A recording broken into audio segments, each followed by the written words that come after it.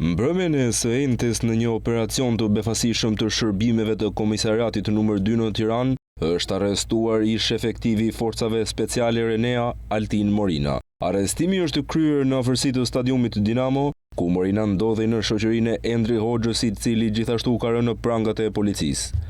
Altin Morina ishte shpallur në kërkim në kuadër të operacionit të revanshi, një hetim i gjerë i drejtuar nga SPAK që ka për objektiv zbardhjen e aktiviteteve kriminale të një rrjeti të organizuar.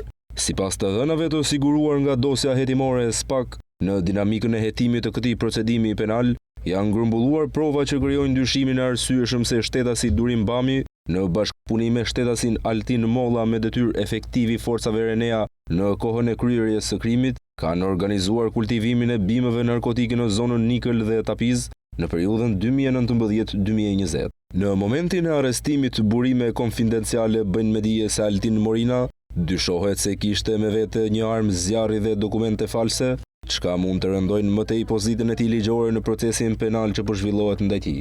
Altin Morina e nisi karrierën në polici në vitin 2006 në komisariatin numër 3 në sektorin e krimeve.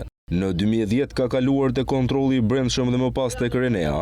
Në vitin 2015 ka qenë edhe tek FNSH, por në 2015 punonte si bodyguard në një lokal nate. Në atë kohë është përjashtuar nga policia, pasi u përfshi në një konflikt. Me vendim gjykate, ai u rikthye në polici.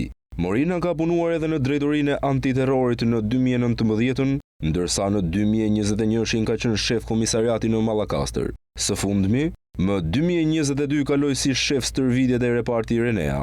Morina nuk është i panjohur për organet e drejtësisë. Kujtojmë që në mars të vitit 2023, ai u arrestua në zonën e Kodrës së Diellit, pasi në automjetin e tij luksoz u gjetën 113.000 euro kesh, të mbështjella me qese plastike dhe të fshehura poshtë sëndiljes së parë. Në atë kohë, ai deklaroi se shuma ishte marrë hua nga një biznesmen për një çështje personale dhe më pas u la i lirë nga autoritetet pas një muaji paraburgimi. Aktualisht, ish efektivi i Reneas ndodhet në ambientet e paraburgimit, ndërsa ndaj tij pritet të zhvillohet masa e sigurisë.